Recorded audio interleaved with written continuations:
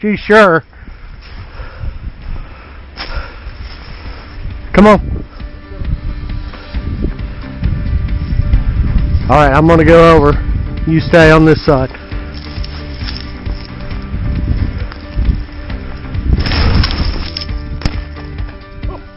We bumped that. Good. Holy crap. Two. Get that bird. Alright guys, welcome to the Wandering Wingshooter podcast. My name's Ryan Reddick. I'll be the host of the podcast as always. I've hunted upland birds in my home state of Oklahoma all my adult life, and over the last 15 years I've wandered in pursuit of game birds to Arizona, Colorado, Texas, Kansas, Wyoming, Michigan, and now North Dakota. Just got back from North Dakota. I've met dozens of wonderful people in the uplands, and I hope to introduce you to as many of them as I can through this podcast. Join me as I wander the uplands learning about birds, dogs, and guns. Today I'm talking with Dr. Dwayne Elmore of Stillwater, Oklahoma. Dr. Elmore is a professor and extension wildlife specialist with Oklahoma State University, as well as a well-traveled upland hunter. We will discuss some of the exciting research he's involved with related to upland birds, as well as how his scientific knowledge benefits him and can benefit you in the field this fall. The podcast is sponsored by Pike Gear. An upland hunter who hunts hard needs clothing that is light and makes hunting easier, not harder. An upland hunter is always on the move and always thinking about his next move. He needs clothing that can move with him, clothing that doesn't hold him back or weigh him down. Pike Gear is designed for upland hunters who are always on the go and always dreaming about their next hunting trip. Visit pikegear.com to find the best upland hunting clothing you will ever wear. And Dr. Elmore, it's a pleasure to have you on the show tonight. Oh, thanks for having me. Glad to be here. Can you tell some of the listeners a little about your history, whatever you're comfortable sharing as far as your biography? Sure. So I grew up in Middle Tennessee, and unfortunately I was born after the heyday of quail in that part of the world.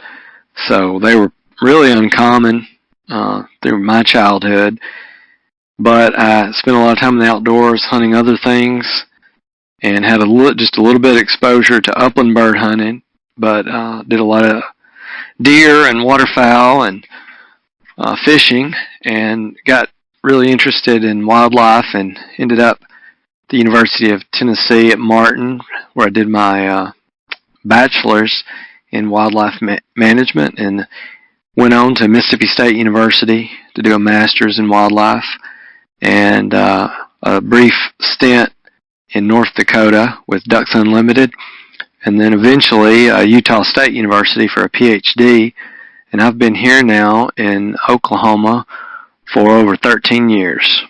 Well, and I was just in North Dakota. We stayed outside of a little town called Stanley, North Dakota, which would be, I would say, north central, maybe a little northwestern. What part of the state were you in while you were up there with Ducks Unlimited? Bismarck, which is where their regional office is, and of course fell in love with the Great Plains during that time, and part of the reason that I ended up here in Oklahoma. Yeah, it was beautiful country, beautiful cattle country. I was surprised at all the surface water. It's got to be a waterfowl hunter's a treasure for waterfowl hunters. Yeah, the area to the east of the Missouri River is called the Coteau, and that was a glaciated region, and so it's really pocketed with lots of depressional wetlands, and it's just fantastic. Not only does it produce a lot of the waterfowl that we end up hunting here, but it's a really important migration stopover for a lot of birds that are coming out of Canada. Well, and I hunted sharp-tailed grouse, which I'd shot sharp-tail before, both in Nebraska and in Michigan, believe it or not. But then I hunted for the first time Hungarian partridge, and those birds are special. That's a neat thing. Yeah, for folks that have bird dogs, pointing dogs, that's a great upland bird to hunt. They're coveys, generally about the same size that you would expect with bobwhite, but they're really explosive and strong, hard flyers, and typically pretty wary. They won't let a dog crowd them very much. So you can have good hunting some years in North Dakota. Montana and parts of Alberta can just be exceptional for Hungarian partridge. I believe I'll go back and hunt Hungarian partridge again in the near future. That was really special for me. I hadn't taken one, and I took one over my pup's Dottie's point, and it was really neat. It's something I'll remember the rest of my life. Yeah, they're a great bird. Beautiful in the hand too. I mean, just well dressed and big enough that I don't have any problems hitting them. So the time growing up in Tennessee obviously set the hook in you for being in the outdoors, it sounds like. It did. Yeah, I had a lot of great opportunities. I grew up in a very rural part of the state, and lots of great fishing streams for smallmouth. And, at that time, most everyone would let you hunt if you just asked them politely.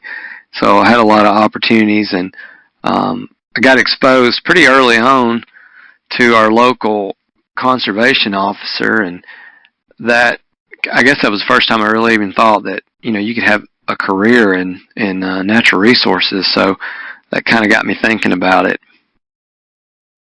Well, and were there upland birds? You said the heyday of quail had passed. Were you even able to hunt quail when you were a boy? Yeah, a little bit. I knew one quail hunter in our entire county, which is just hard to believe, but it's the only one I knew of. And we'd hunt all day and maybe find one covey. It's pretty sad. It wasn't always that way. There used to be lots of quail in that part of the world, but when I look back, there just wasn't any habitat for quail. I mean, nothing. It was just a little half acre here and there, so it's not surprising there weren't quail. But we did have other game birds. I mean, dove hunting was very good, and waterfowl could be at times, and at least if you got into areas where there had been a lot of timber harvest, you could shoot woodcock when they migrated through. So there were upland birds available. And then during my childhood, the wild turkey was reintroduced after a long absence from that region, and they quickly exploded. So we had excellent turkey hunting during those years. And I can remember a time out here in western Oklahoma, up in the Panhandle, where if you saw a wild turkey, it was a big deal. I mean, there just weren't many around. And now that's not true. I mean, I see them all the time, especially in the same habitat where I hunt. Yeah. I can remember the first ones I saw. I was probably 13 years old, and within probably 3 years, there was good hunting. I mean, so they really took off quickly, and that's the story of a lot of the United States, where they were reintroduced after being extirpated. So it's been a real conservation success story. Well, and I worked for the department when I was a teenager, and the man that you and I both know, we talked about him a little bit already. I was probably 15, maybe 16 years old, and he says to me, "Hey Ryan, you ever called turkey?" And it was in the fall. It might have been the week before turkey season opened, in the spring. It was in the spring. And I said, no, I'd seen, I'd read about it. I told him I'd read about it, but I'd never done it. So he loaded me up in his department truck and took me out here on the WMA, and we parked I'll never forget, we parked down on this 2-track with the trees the cottonwoods kind of arching over, and we rolled down our windows, and he shut the truck off, and we sat there and chatted quietly for probably 10 minutes, and then he put his mouth call in, and he blew that mouth call, probably not 2 or 3 times, and he points through the windshield, and I look up, and here comes this big old Tom. He looked like that red head was just shining. It looked like an apple bobbing above that green grass. And he brought that Tom all the way, within probably 20 yards of the pickup, and to show me. And boy, it really lit a fire in me.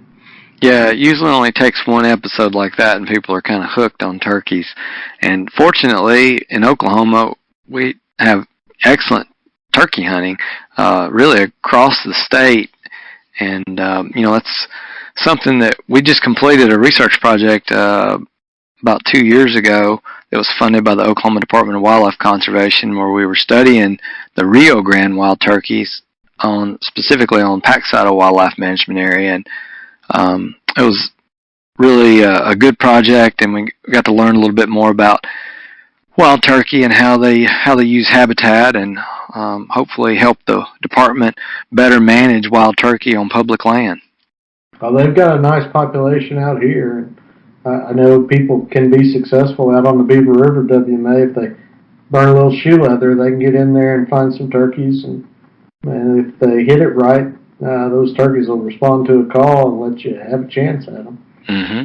They're spooky birds, though. I would always, when I bow hunted, and I haven't bow hunted now for a couple of years, of white-tailed deer, I would always carry a turkey head. And in the fall, when the turkeys would come into my corn feeder, I'd try to take a tom every now and then, and I never could get my bow drawn. Those turkeys knew I was there before they even came. Yeah, they're definitely a very paranoid bird. Oh, spooky. So, tell me your current employment. It says here the professor and extension wildlife specialist with Oklahoma State University, and then I read on the faculty website that you are the Bolenbach Endowed Chair in Wildlife Extension. Can you tell me what all that means? Sure. So the primary part of my job is extension, which basically the Cooperative Extension Service is tasked with providing outreach and education to the general public. So any kind of education that the university provides outside of the classroom, that's extension. So what I do is I spend a lot of time providing training to agencies, natural resource agencies, but also providing technical assistance to private landowners about wildlife management. So, I help landowners better manage their property for whatever their target wildlife species might be, and we do that in a wide variety of ways, from field days to producing fact sheets to doing things like this. Just getting information out about what we know about wildlife and how to manage it.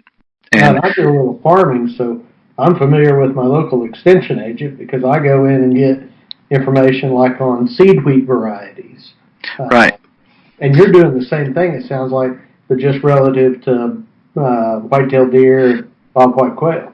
Sure, and my responsibilities are, statewide, and also work in other states as well when they have needs. But, a lot of questions that come into me are through those county extension educators that you mentioned, which we have a cooperative extension presence in all the counties in the state, which is really important because that helps link the public to the university. Oklahoma State University is a land grant, which means we're tasked not only with providing education to college students, but providing information to all Oklahomans about whatever their needs are. And my particular area is wildlife, so I get calls a lot from county educators where they have issues that come up, or they've been asked a question, or maybe they would like someone to come to their county to give a presentation on a topic related to wildlife. So we work through those county educators to help deliver information to people. Well, I can tell you, Dwayne, that I had two men whose opinion about bobwhite quail I respect quite a bit tell me that you were the guy to talk to about bobwhite quail in Oklahoma. They specifically called you by name and said, you've got to talk to this guy because he knows a lot about bobwhite quail. Well, in addition to the extension duties I also conduct research with graduate students, and the primary part of my research is on game birds. So I do a lot with bobwhite and scaled quail. Of course, I mentioned wild turkey, and we also do a lot of prairie chicken research. So, bobwhite is important game bird in this part of the world, and a lot of people are interested in it, and even non-hunters are interested in bobwhite. I mean, everybody loves this bird and wants them to be abundant. So there's just tremendous public interest, and there's been a lot of research funded by the Oklahoma Department of Wildlife Conservation and others. So I've been almost the whole time I've been here, I've been involved in bobwhite research. And so, it's a bird that we know a lot about, and if someone wants to know how to manage for bobwhite, we have a huge body of data available to help guide them. And Oklahoma's not the only state doing that. I know Texas A&M has programs going, and I figure Kansas State probably does as well. Absolutely. In fact, we're just about to start a project with Kansas working on scaled quail. So, that's another important game bird in this part of the world that there's a lot of interest in. Yeah, that one makes me feel all warm and fuzzy. I think I told you that they are far and away, well, I won't say far and away, but they are absolutely my favorite bird to hunt at this point. Of all the upland birds I've shot, I like chasing those blues just about as much as any of them. Yep, that can be a real challenge. And I can't find a lot of information about them. I mean, There's just not a lot out there. Yeah, which is one of the reasons we've really been doing a lot of research on them. We've done research here in Oklahoma. We just completed a scaled quail, or blue quail, as some people call them, project in New Mexico, and then we're about to start this one in Kansas. And all that information will help us better manage them here in this state, because you're right, there's not a lot of information compared to bobwhite. There's not a lot of information published on scaled quail. I mean, we know basic things about them, how many eggs they lay, how long do they live, things like that. But as far as being able to tell a manager, this is the best way to graze, or this is how fire would affect this bird, or this is the kind of shrub community that this bird requires. We don't have as much information for scaled quail as we do some of these other upland game birds. So we hope to change that. Well, I'm super interested in hearing about how that goes, because it just there's a thirst in me to kind of know more about those birds. I just have what I would call an earned education, because we have just enough coveys of those around here that I can go out and target them specifically, and do. I don't do that every time I'm in the field, but if I want to shoot a blue quail, I can pretty much go find a covey and shoot into them. I would love to know more about those birds and be able to talk with landowners with some degree of knowledge about what they might do to increase their coveys or to make their property more beneficial for those birds. Yeah, one you mentioned going out and finding them. Usually, finding them is not the difficult part. It can be difficult to shoot them because they like to run and flush out of range, but oftentimes hunters know where to look to find them. And if you ask a hunter, like, where do you look, a lot of times they'll say, well, around a water trough or a windmill or a junk pile. So we know anecdotally from those of us that hunt that they really like to hang out around structures and odd things on the landscape. And so that's to see, that's for sure. Yeah, and so that's stimulated some of our research to figure out, well, why do they do that? And does that increase survival, or perhaps it makes the survival go down because they're easier for hunters to find? So we've done some research into that area, and Beaver River Wildlife Management Area in particular, we looked at how water in particular influenced scaled quail and bobwhite. And what we found was that, in fact, scaled quail are more likely to be found near water, and bobwhite are as well, most of the year. However, even though they're usually associated with water, we couldn't find that it had any influence on survival whatsoever. So it does seem to concentrate them. It does seem to change the way they use the landscape, but during the study period that we were evaluating them, which was a real droughty period. I mean, it was a time that you would have thought if water mattered, it should have mattered during those years, because it was a really dry, kind of hot period. But we didn't find any influence on survival for either scaled quail or bobwhite. And it would strike me maybe that as a food source, insect-wise. I mean, just growing up out here when it's real dry, the only thing green around is around, those stock tank overflows and other natural water sources. And those birds can find more insects, more of the stuff they like to eat, maybe, around that water. Yeah, so there's several possible reasons they hang out around water. It could just be the water itself, and even if we don't detect that it increases survival, that they still might just do it. They might just like to have the water available, even if it doesn't increase survival. So that's one possibility. Another, as you said, would be insects. The insect community could be different. We didn't test that, but that is a possibility. Another that we thought about is that cattle concentrate around water, so they change the vegetation community, perhaps. So we actually tested that, and that ended up not appearing to be the reason. There is some trampling around water, but we found that the quail were actually selecting to be like 700 yards from the water. So it wasn't that they were just right at the source. They were using a pretty big area around the water. So it didn't appear to be the vegetation directly. So we're not exactly sure why they do associate with those structures, but the data was pretty clear that happens. And I think people that have hunted would say, yeah, I've seen that. They do hang out around structures. And Bob White do out here. I mean, they prefer available surface water. They don't have to have it, I'm sure. I mean, but if it's around, they're going to more likely than not be somewhere close to it. Yeah, and we know from lab studies where they've put Bob Whites in environments where there was no water. They had no access to water, freestanding water, but they were given food, and of course the food has water in it. Mm-hmm. We know from those studies that Bob White can live indefinitely just from the water that they get from the food they consume. So it's clear that Bob White do not need surface water to survive. That doesn't mean they don't use it, but they don't need it. They can survive without it.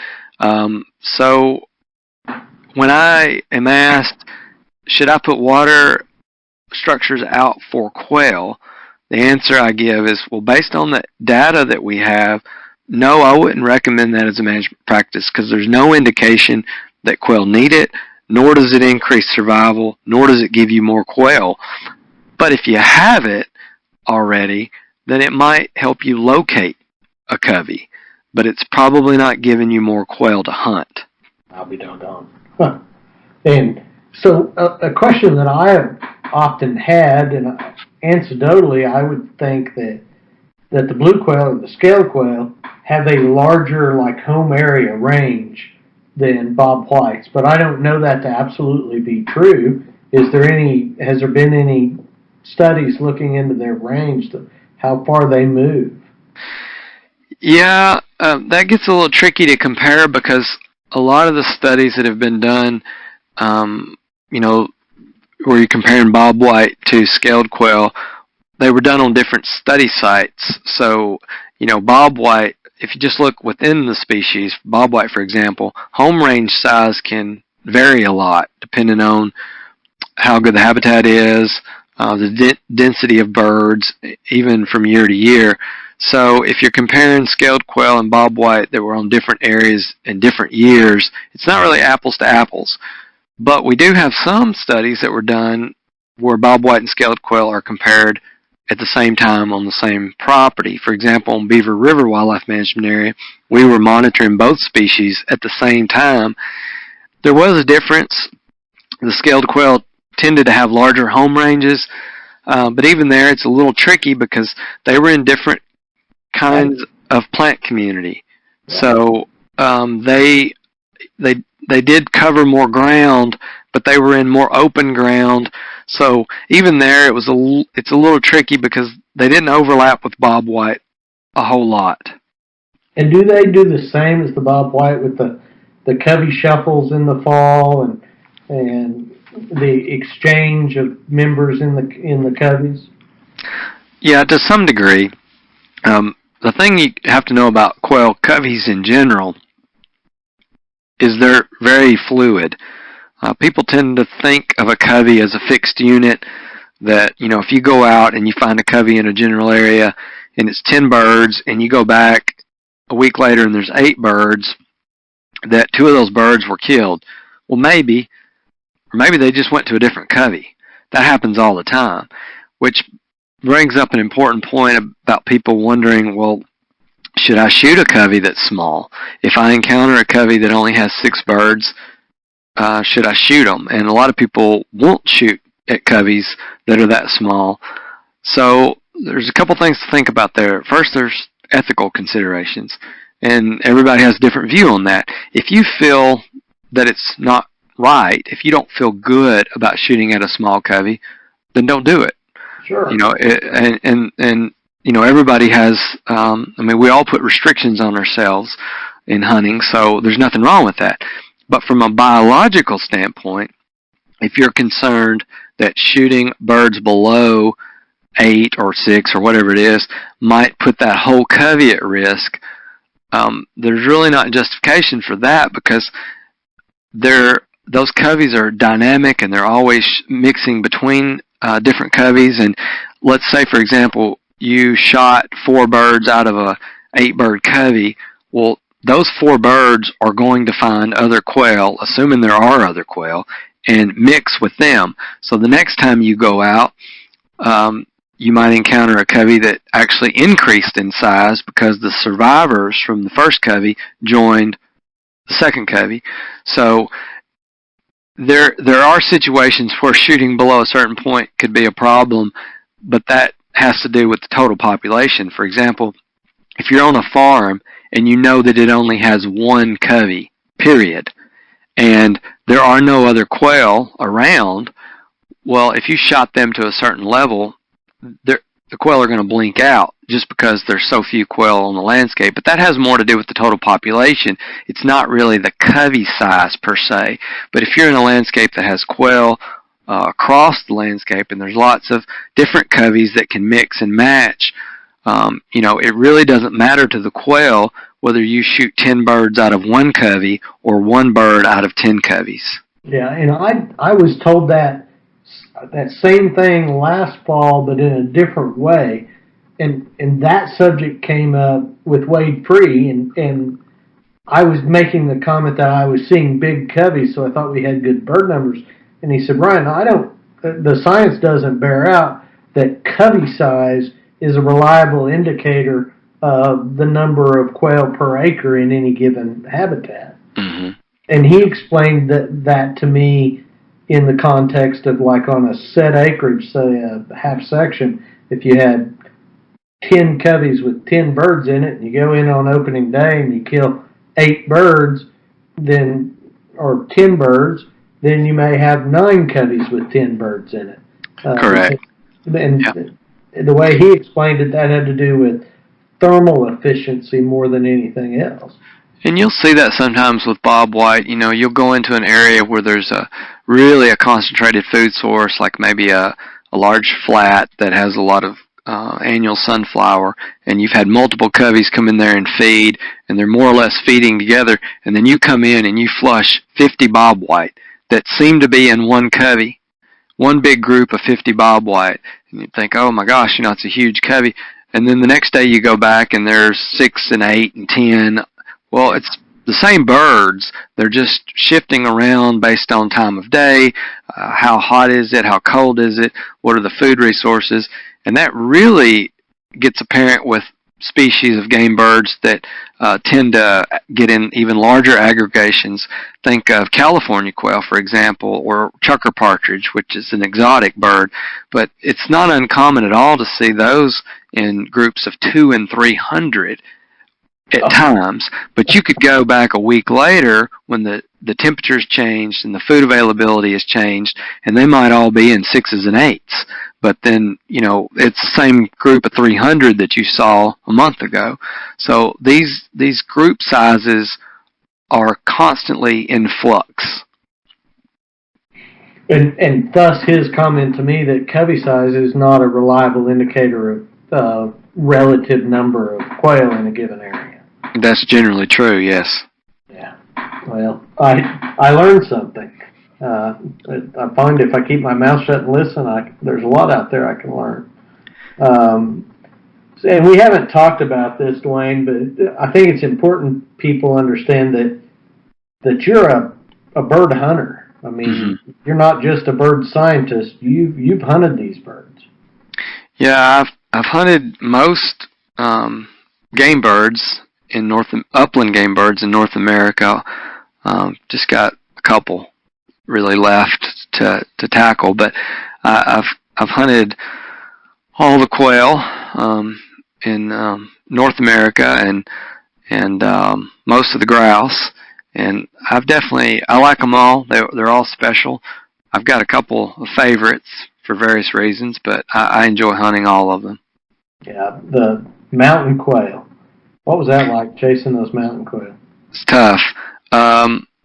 They're runners, and they're in real dense vegetation. The best hunting I've had for mountain quail was in large areas of wildfire, where the forest had been top killed by fire and it was regenerating. So it was dense but low, shrubby and young trees regenerating, and so real dense cover. Think almost like as thick as what you would hunt rough grouse in, but yet the birds run like chucker partridge. So very difficult to corner them, very difficult to get them to flush, but really what kind of elevation? Pretty high. I mean, I've hunted them both in Nevada and also Oregon, and pretty high elevation, probably 5,000, 6,000 feet. But they're a bird of kind of shrub and regenerating forest. They like really thick cover. And hard for a dog to pin. So. Yeah, they don't hold very well. And then you said when we were talking earlier that probably of the quail, the Mearns quail would be your favorite. Is that right? It is. I really enjoy Mearns probably more than any other reason, just because of the landscape they're in. I don't know if there's a more beautiful place to hunt birds than those rolling open oak savannas, of southern Arizona and New Mexico. It's just gorgeous country, and they're a neat bird. They're different. They don't run hardly ever, and they're notorious for sitting tight. Oftentimes, you'll just about step on the covey before they flush, and they're really good at putting trees between you and them. So they often will duck behind trees as soon as they flush, but it's just a really special place to hunt. And I noticed the flush is different than what I'm used to with bobwhite quail and even blues. They generally are more scattered. They don't all come up at the same time. They don't all go the same direction, especially like bobwhites will do. That's true. They often do scatter, which can make shooting very difficult. I mean, on one hand, you would think they would be pretty easy because they sit so tight, but that can actually backfire. You need very open chokes, and it's almost just instinctive shooting, more like rough grouse or hunting woodcock. But that covey flush of birds going in every direction, it's very difficult to pick a bird out to kind of focus. I had one almost knock my hat off. I mean, just came right over the top of me. Yeah. Came up at the feet. I thought it was going to hit me in the head. Yeah. Beautiful, beautiful birds. I mean, they are. They're probably the prettiest quail I've had the opportunity to kill, far and away. And their numbers fluctuate dramatically from year to year, largely driven by the monsoon rain. So they're a very late breeding quail. They nest in mid to late summer, much later than other quail typically do. And so they're really timing their breeding efforts to try to coincide with those mid to late summer monsoon rains that are coming up into the southwestern United States. And their range is not near as big either, so if everybody decided they were going to go kill a Mearns quail, it'd make it pretty tough for those birds. Yeah, so they're widely distributed in Mexico, but we're on the very northern edge of their distribution, in southern Arizona. So in the United States, you're right, there's limited area for them. And, a lot of people want to go down there in January and hunt because it's beautiful weather, but some of those areas really get a lot of pressure. And, I've been in some years when there had been a lot of hunting pressure, and the numbers were just really low. I mean, a lot of the birds had been killed or else pushed back into really remote areas.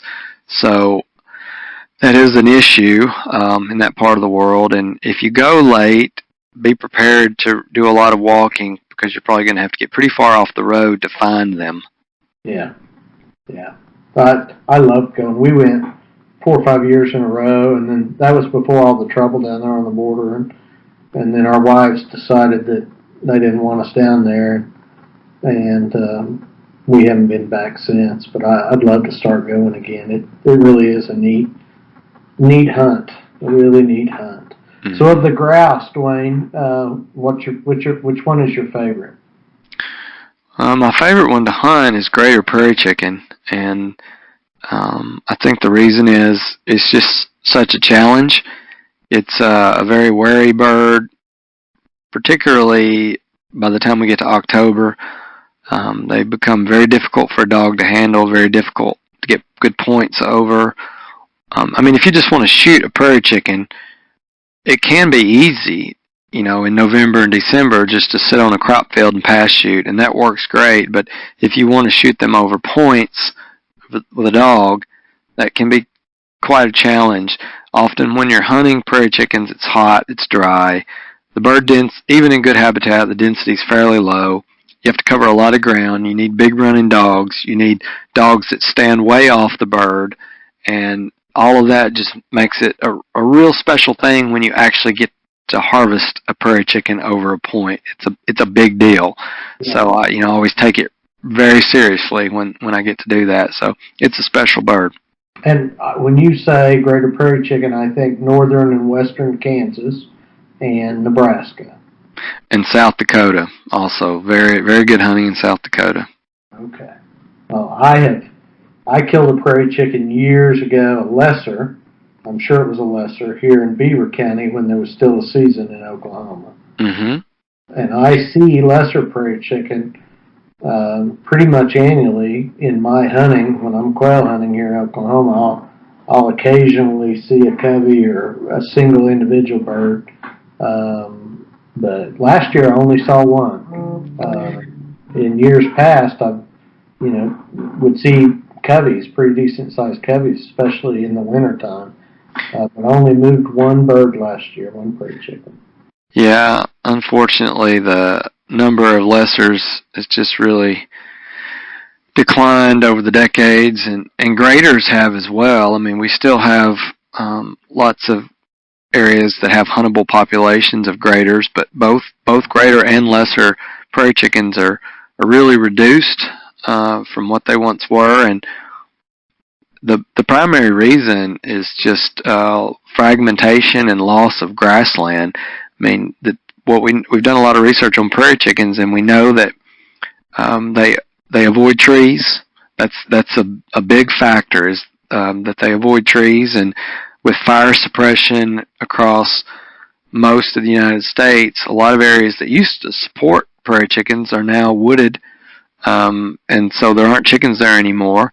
And if you think about where we still have prairie chickens, it's mostly these big treeless areas where it's open prairie, but they also, just human development, roads and power lines and things like that, can at certain times of the year can cause them to avoid certain areas. So they have a pretty low tolerance for tall vertical structures on the landscape, and that's made them such that they're just not in a lot of the country that they once were. But there are still good populations of prairie chickens in some areas, and we're fortunate to still have both species here in Oklahoma, but nothing like what we once did. Yeah, and I tell people when we're hunting, if we move prairie chicken, how special a situation that is for them even to see them. Absolutely. And an interesting thing about lesser prairie chickens and some folks that were able to hunt them before the seasons were closed might remember this, but lessers, they hold a lot better than a greater prairie chicken. You can get really good dog work on them late into the season, which is very unusual for greater prairie chickens. It would be hard to get a good solid point on a greater prairie chicken in December. It can happen, but most of the time it's probably not going to happen. But back when we could still hunt lessers in Kansas, we would have great dog work, all the way to the end of the season. And I don't know exactly why that difference exists, but it's certainly there, and I've talked to other hunters that have hunted both species of chickens, and they've noted it too. And I never remember a time when they were plentiful. In Beaver County, and I've quail hunted in Beaver County most of my adult life, and every time I've seen prairie chicken on a quail hunt, it's always been a special thing. It's always been something that was rare and looked at that way. Right. And hopefully, I don't know, maybe one of these days that'll change. I don't know enough about it to have any sense whether I should have hope or not. Well, there's potential for hope. We're learning a lot more about them, and there's a lot of programs that are providing funding to remove trees from prairies. So a lot of red cedar is being taken off of these areas that used to have chickens. So, we're hopeful that in the decades to come, we'll see some increases in certain areas.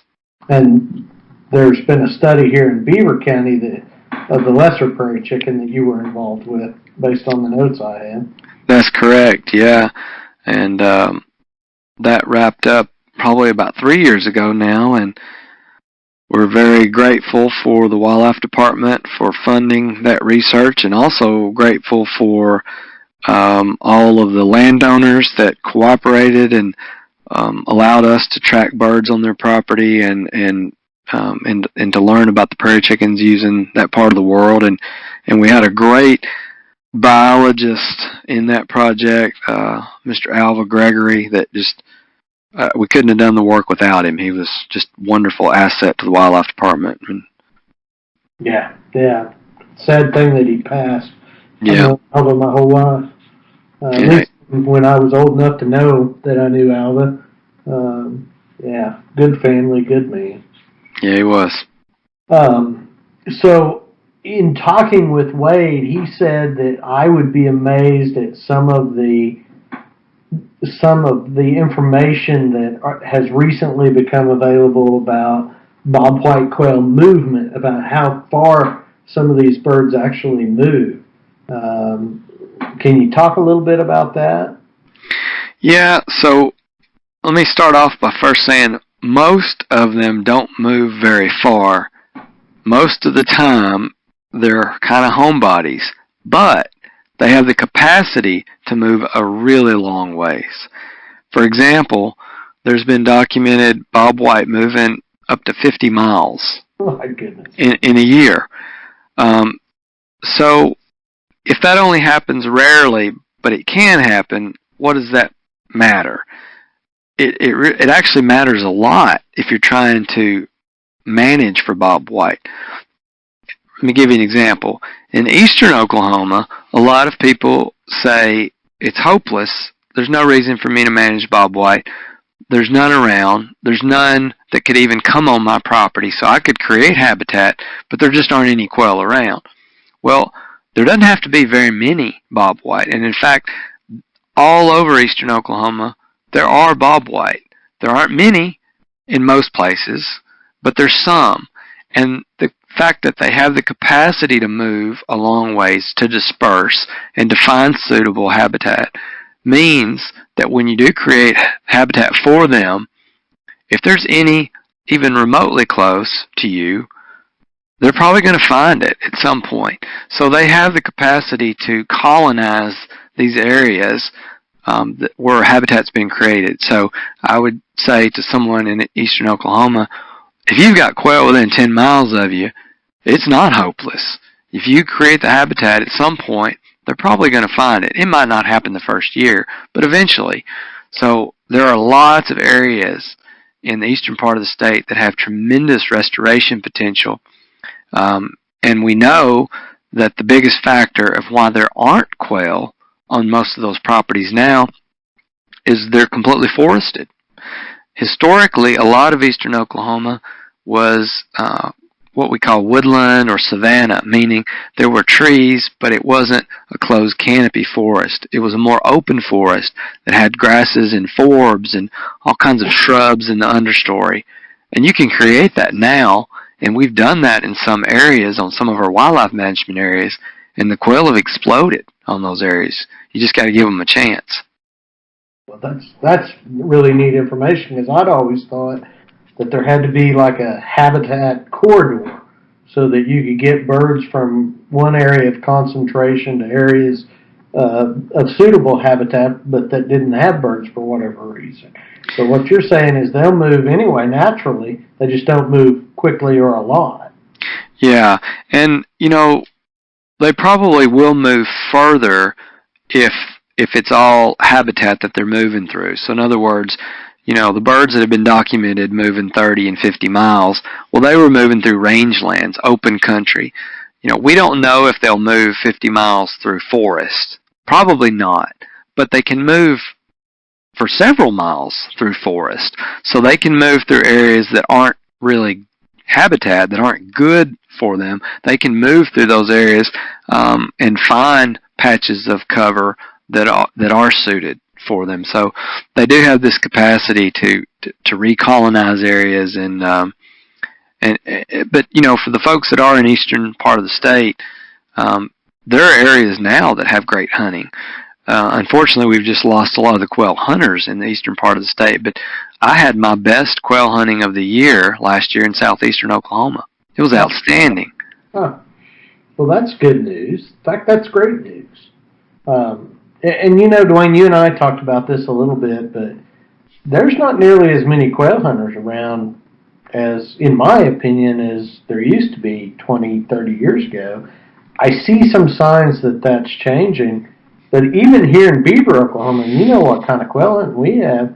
I can't name more than one handful of men that own bird dogs and routinely chase quail. Yeah, it's not very effective to hunt quail without dogs unless there's just incredibly high densities. So in most years, if you don't have dogs, you're just not going to do it. So to own the dogs, just like if you were a houndsman, chasing bear or raccoons or something, it's a annual commitment. It's not something that you can easily put down and pick back up. So it's a big commitment. You've got to feed those dogs year-round. It's a lot of training. It's a lifestyle that you're committing to, and that alone will limit the number of participants. But also, if people feel like they don't have good hunting or good access to hunting, that's going to limit the number of participants. And that's really hurt quail hunting across most of the United States. Oklahoma is fortunate in that we still have a lot of quail, and we have a lot of well-managed public area to hunt quail on. There aren't many states that can say that. So you may have to drive a little bit. Like I live in Payne County, and we don't have a good wildlife management area in our county to hunt quail on. So I may have to drive a couple of hours to get to a spot, but I'm willing to do that. And so if as a quail hunter in Oklahoma, we have opportunities that the people in places like I grew up in Tennessee don't really have. Yeah, we're pretty blessed in that regard. Mm-hmm. And I can tell you, Dwayne, that I've noticed just in the last 2 years, since I really started, intensely hunting quail and spending time with bird hunters, that there's more what I call adult onset bird hunters than what there used to be. I'm talking about guys that are 25 to 35, maybe 25 to 45 that are looking around for a hobby. They've kind of made it. They've got a nice income coming in, and they're looking for something to do. And I think social media drives a lot of that. They get on Instagram, they see all that really neat content that's out there, or they get on Facebook and they see people talking about bird hunting, and they're like, I want to do that. So they find them a breeder, they find them a put and take place, and they go shoot some birds, and pretty soon they're wanting to go find a wild bird to hone their skills on.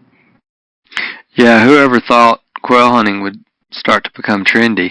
Yeah. I mean, I've seen that shift just recently, and I think it's great. I think, I tell people all the time, look, you need to not be talking about all the good quail hunting in Beaver County, Oklahoma, because we're going to have a bunch of guys come in from all over the United States, and they're going to shoot all our birds. And I tell those folks, hey, look, there's plenty of birds. Come and go hunt. We want those people hunting. We want those people buying hunting licenses. We want those people participating, because a lot of them are voters. Yeah. And they're important. And there is great quail hunting in Beaver, but there's also great quail hunting all across the state. Yeah. There's a lot of areas that people can go, and there's a lot of areas in Kansas that you can hunt quail, and in New Mexico. So, I mean, we have, there's a lot more opportunities than most people realize in this part of the world. So, and what I've done in my life, Dwayne, is I bought a bird dog, got a little training, right? And I lived in Texas County, Oklahoma at that time, and I had good access to pheasant hunting primarily. And so I just go out and hunt. And you do that for a while, pretty soon you figure out how to shoot a pheasant. And then I decided that, I want to go, and I've always hunted bobwhite quail, so I would do that routinely. Then I decided, hey, I want to go down to Arizona. So I just started looking, and there's 1 million acres in southeastern Arizona of public land. You just get you a map, go down there, and figure out what the Mearns quail like, and pretty soon you'll shoot a Mearns quail. Yeah. You don't have to have somebody hold your hand. You can get out and do it. You may not kill a limit every day, but you'll see a lot of beautiful country. Your dog will appreciate the exercise, and you'll get to shoot a bird every now and then. Absolutely. And we did the same thing in North Dakota. The last day of the hunt, we primarily hunted, we hunted a lot of public ground. They had these waterfowl production areas, and we hunted some of those. And then the last day of the hunt, we went down to the Teddy Roosevelt National Grasslands, and I'd never laid eyes on that habitat ever. Drive out there, I say, that looks like what we saw sharptail in earlier this week. Let's go run our dogs through that. We moved 30 sharptail in about 2 hours of walking, and killed 3 of them. And, I mean, that's as much your land as it is mine. Yeah, North Dakota is a great destination. I mean, a lot of people think about it for pheasant, and it can be tremendous for pheasant, but it's really a sleeper state for sharp-tailed grouse. And not only is there a lot of public land, there's also leased land. The state leases land and makes it available for hunting. And then what I found, especially during the early sharp-tail season, is a lot of landowners, if you just knock on their door and ask them, they'll let you hunt.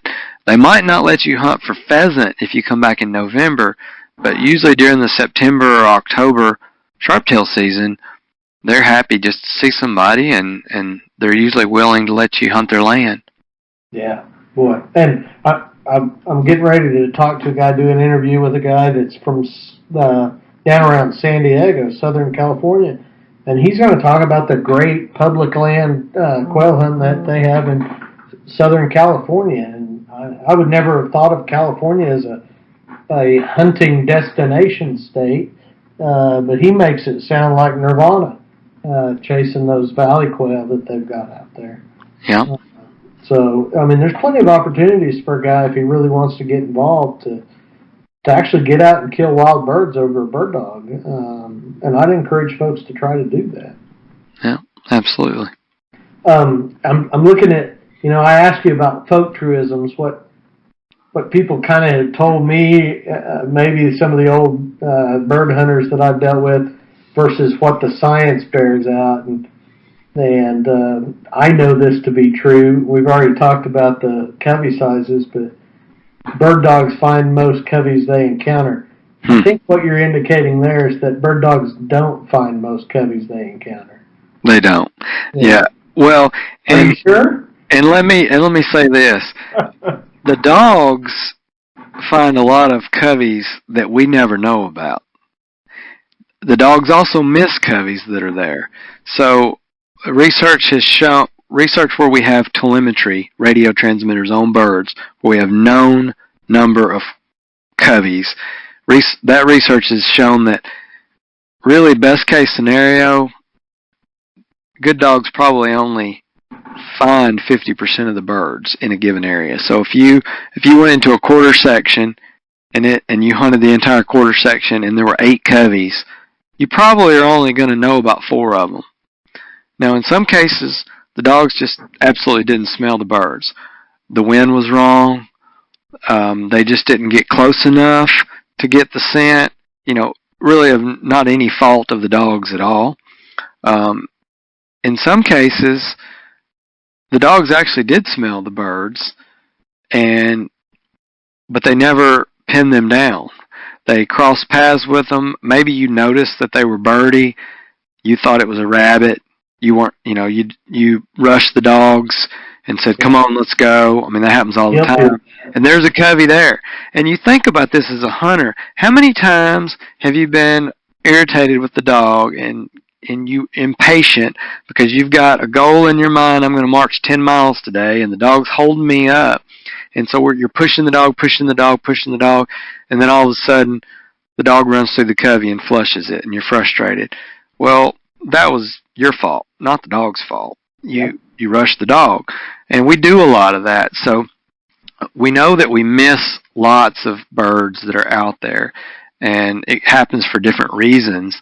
A lot of times it's not the dog's fault per se. It was bad scenting conditions, the wind wasn't right, they just didn't happen to cross paths with the bird, or we pushed the dogs too quickly and they just covered ground too fast and didn't have time to sort it out. But yeah, you're missing quail. We all do. It's happening. And part of it's because the quail are trying to survive. They're not stupid. They're evading the dogs. I mean, they're doing everything they can to give themselves the advantage.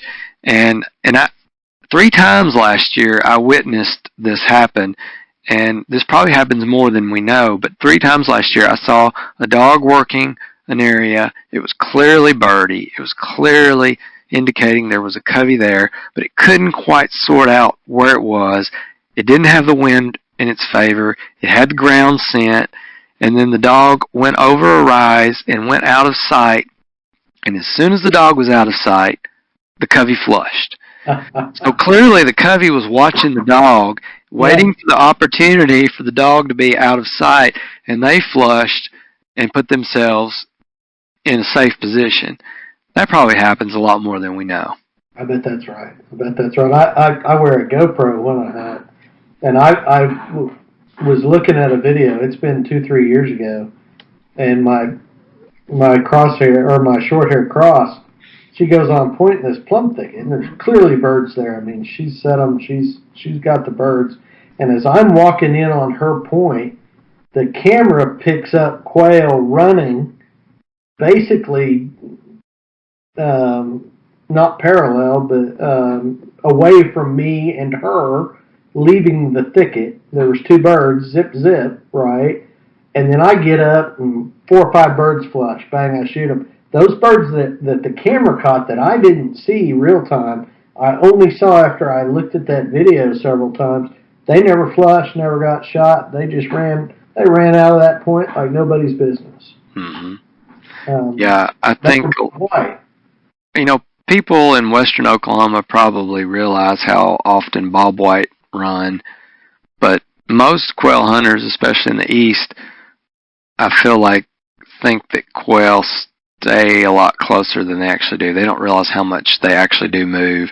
But when you put transmitters on birds and start tracking them, you realize that bobwhite are runners too. I mean, we know scaled quail and Gamble's quail and California quail. We know those birds run a lot, but so do bobwhite, especially when they've been hunted a little bit.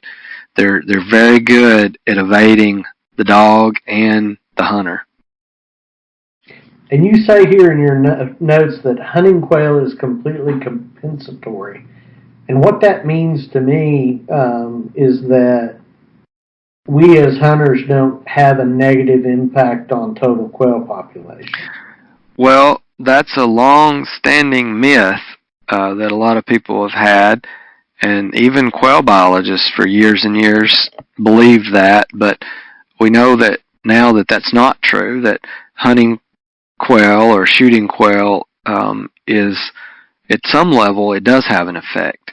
And let me give you an extreme example of this just to illustrate the point, but then we'll make it a little more practical. If you have two quail in a population, one's a male and one's a female, and you shoot one of them, then you have no quail. You've wiped that population out because now you have no birds to breed. So, of course, at some level, hunting and harvest does have an effect on the population. So you can't shoot as many as you want and have no effect. The really important issue is, well, how many can be shot before it has an effect? That's the key. And for years it was said, well, it's just not really practical to shoot enough to have an effect because they have so much reproductive potential. Well, they do have a lot of reproductive potential, but it only goes so far. They can't dig themselves out of every hole. So you can shoot enough birds to push a population over the edge. You can shoot enough birds so that next year's fall population is lower than it otherwise could have been. Now, from a statewide perspective, how often does that happen? Well, there's places that get hunted hard, and there's lots of places that don't get hunted any. So even if all the birds off a property were shot off, as long as there were birds around there to immigrate back on to the property, you would eventually get birds again. So it might take a while, depending on the weather and how quickly they were reproducing, but eventually you would get more birds. But as we get more and more fragmented, and we have isolated populations, the risk of overharvest becomes a bigger issue. So it is something to think about, especially on heavily hunted areas like public hunting areas, especially public hunting areas that might not have good habitat around them. And there's been a lot of research on this to try to determine, well, how many quail can be shot. There's a lot of different variables that can affect that answer, but what we do know is most of the research indicates that when you shoot, and this counts not just birds that you put in the bag, but birds that you actually wound and lose. If you're shooting, say, 15 or 20% of the population, you're starting to get into the realm where it's likely that it's going to affect next year's standing crop. If you're only shooting 3% of the quail, probably not having any effect whatsoever. But if you shot 25%, high probability that that's going to affect next year's fall crop. And depending on the weather, you might notice that affect much more dramatically than what you otherwise would. Absolutely. And also depending on what your neighbors have. If your neighbors have lots of quail and you get a lot of immigration, you might have had an effect, but it just was masked by all of the influx of new birds. It was spread out over a greater amount of habitat. Yeah, but if you're hunting an island of habitat, if you've got a 1,000-acre property and it's excellent for bobwhite, but there is no bobwhite habitat for 20 miles in every direction, well, how many you shoot starts to matter a lot more. Yeah, that makes sense. That really does. And it's also when you shoot them that can have an effect. What we've seen on data from pack saddle and beaver is we know that birds that are alive in November have a very low probability of being alive the next May, whereas birds that are alive in February have a really high probability of being alive in May, when the breeding season might start. So if you went out and shot 10 birds in November, chances are only a couple of those birds were going to survive throughout the whole winter and potentially be breeders the next season. Whereas if you shot a 10-bird limit in February, maybe 8 of those would have been alive to potentially breed. Now that doesn't mean that they would have, but it would have mean they would have made it and been potential breeding birds. So what that means for a hunter is that a 10 bird limit in February has a lot higher probability of being additive harvest than a 10 bird limit shot in November. Oh, you're killing me. That's my favorite time to hunt. Well, it is for most of us because the weather's so good. Oh, yeah. And that doesn't mean that you shouldn't shoot birds in February. That doesn't mean that. It just means that the chances of it having a negative impact are higher. So it is something to think about, especially on isolated properties that don't have a lot of habitat around them. But again, it all boils down to the total harvest, because if you knew there were 1,000 birds in a population and you shoot 10 of them, it's irrelevant when you shot them. 10 of 1,000 is insignificant. But shooting 100 birds out of 1,000 in November is probably not a big deal, but shooting 100 birds out of 1,000 in February, it might be. Yeah. So, you know, for a guy that's thinking about their property and when they should shoot birds and how many, you know, you probably should look at the context of the landscape around you. How much habitat is there? How many places are there for quail to come from? And how many total birds am I shooting out of how many I estimate I have? If you think you have 1,000 birds and you never shoot more than 50, it probably doesn't matter when you're shooting them. But if you're trying to shoot 200 of those birds, shooting 200 of them in February, you might want to think about that. Well, it makes me feel good knowing that the department has their eye on that. That they're probably constantly struggling with balancing opportunity against what's best for population. Right. You know, so, and that I like the idea that those decisions are made scientifically and not politically. I think that's important, that the department have the freedom to decide, for example, bag limits, even on specific WMAs, such that they can make that balance effectively. Yeah. And that's something for hunting and the general public as a whole to think about when you see regulations proposed, or when you see things happening that affect wildlife, whether it's from the department or instigated from outside the department. You know, call and ask questions and ask, you know, is there science to support this? You know, or and if so, then kudos. But you know, not always are decisions made based purely on science. I mean, there's a lot of factors that go in to decisions in all state government, and you know, science hopefully is a big part of that, but you know, they're also trying to think about what the public wants and economics in some cases.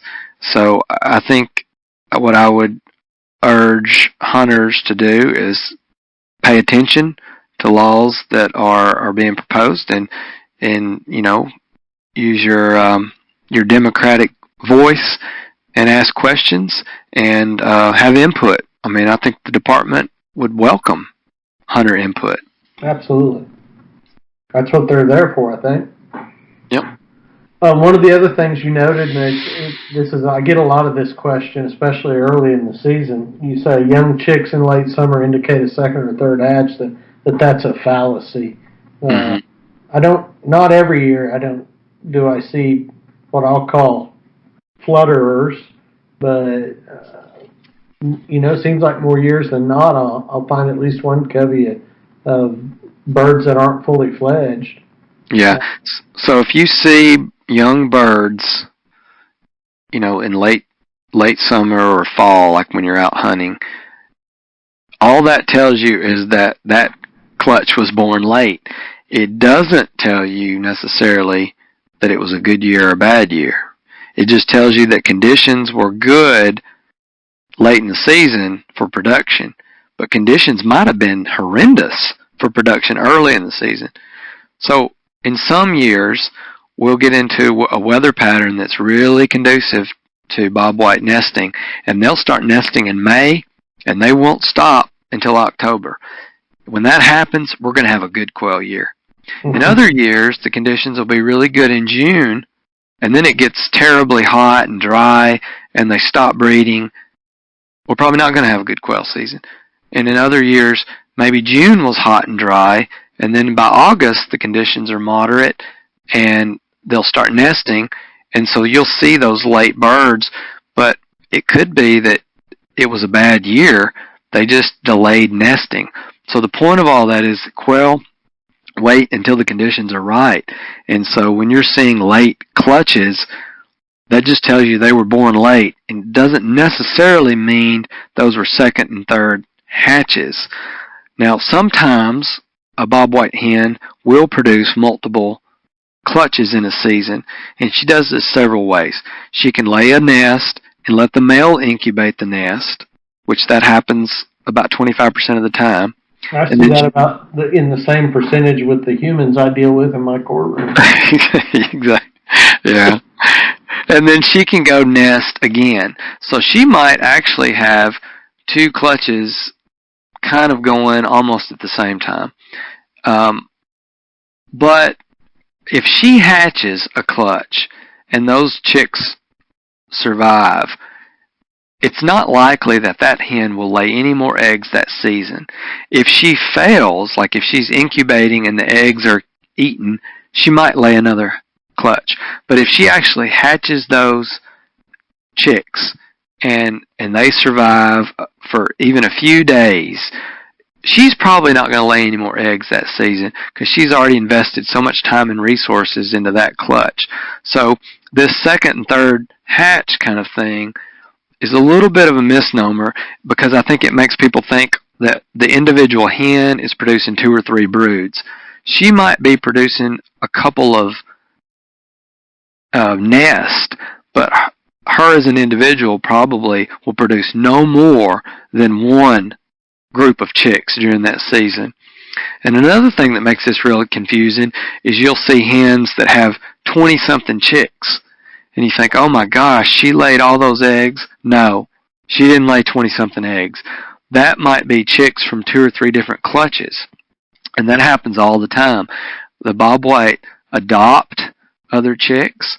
They steal other chicks. I didn't know that.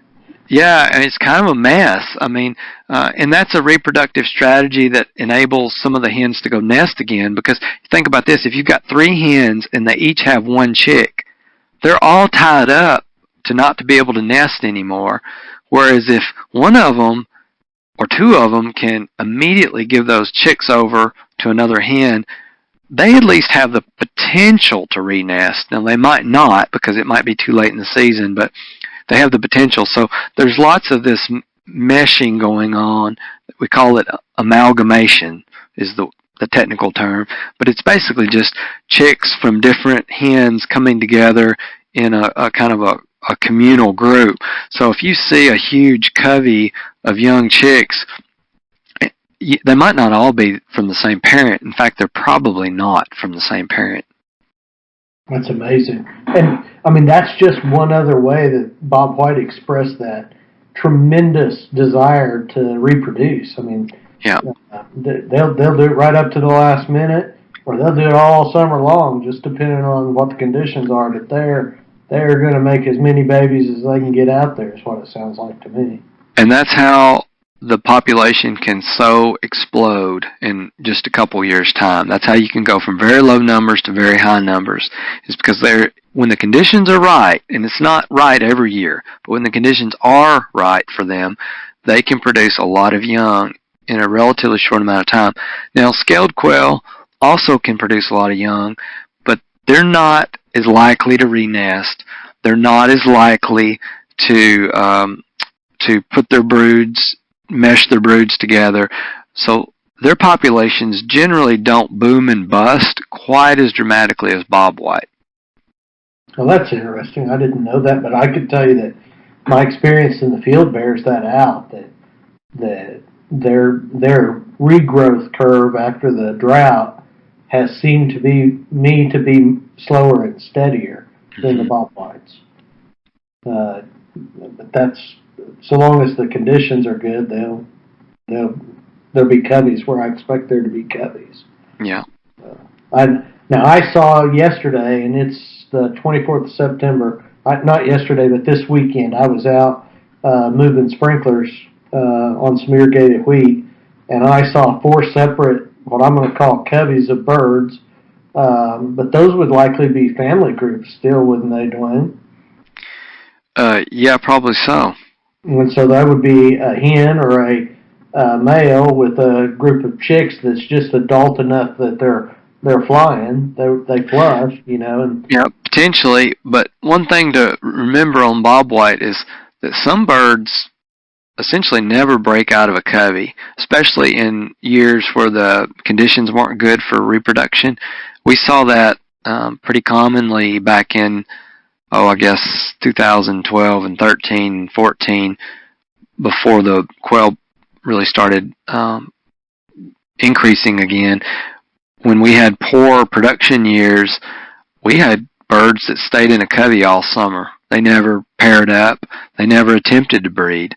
The conditions just weren't right. So, you might have a covey in July that were all adults, no chicks whatsoever. So it really can vary depending on the year. I got you. That's amazing. Such a flexible animal. I mean, different than I ever would have believed. That's incredibly fascinating. Hey, we've used up our hour, Dwayne. I'm sure you and I could talk about all different kind of subjects relative to upland birds, and I'd love to have you back on the podcast again to talk about the stuff we didn't get to cover today. That'd be great.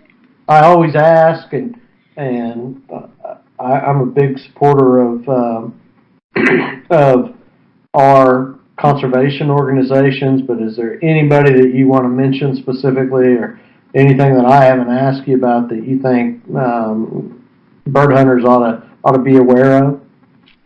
Well, I would just encourage them to be involved, to support the wildlife agency, and to buy their hunting license, and also support those NGOs that are out there that are trying to move the needle and increase the amount of habitat that's available for wildlife species. There's a lot of great NGOs out there to be participating with that are doing great things, that are great partners for the wildlife department and great partners for research.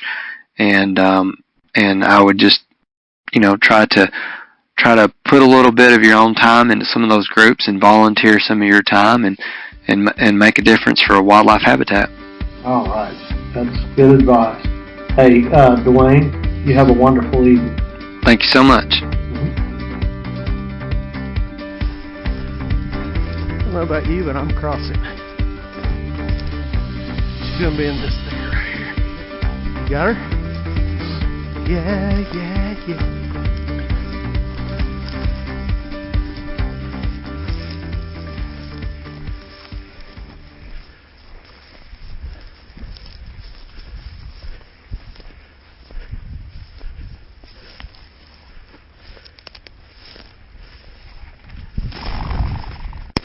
God damn it, I missed it.